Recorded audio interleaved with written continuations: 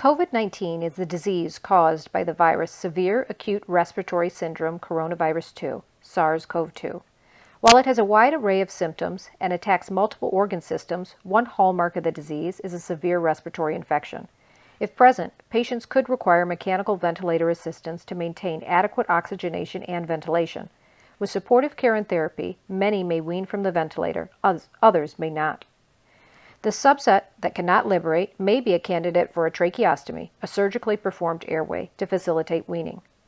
Because of the risk of viral transmission, performing the aerosol-generating procedure of a tracheostomy on a patient with COVID-19 is controversial and may expose many members of a healthcare team to this deadly virus.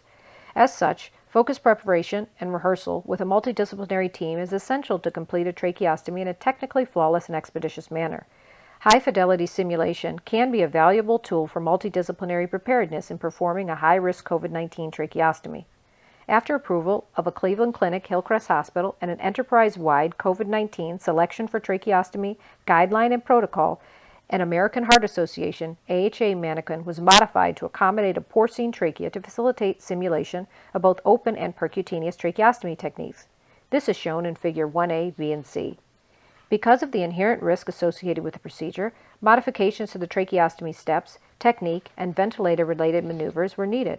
Additionally, for safety, because powered air purifying respirators, PAPRs, shown in the insert, would need to be used by participants, hand signals were used to communicate with teams both inside and outside of the intensive care unit room, ICU, or operating room, OR, as these devices make verbal communication difficult.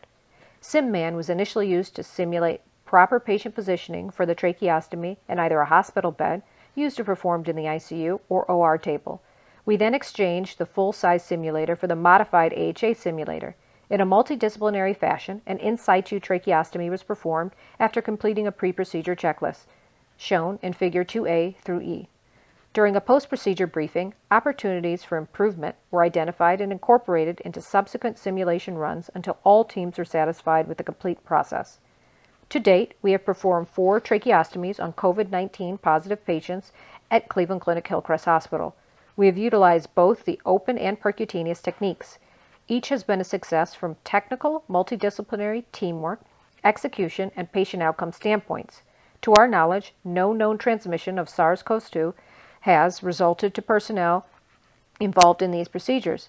The safety and success would not have been possible without the flawless preparation afforded by an in situ simulation. Many centers may elect not to perform COVID-19 tracheostomies because of the inherent risk involved.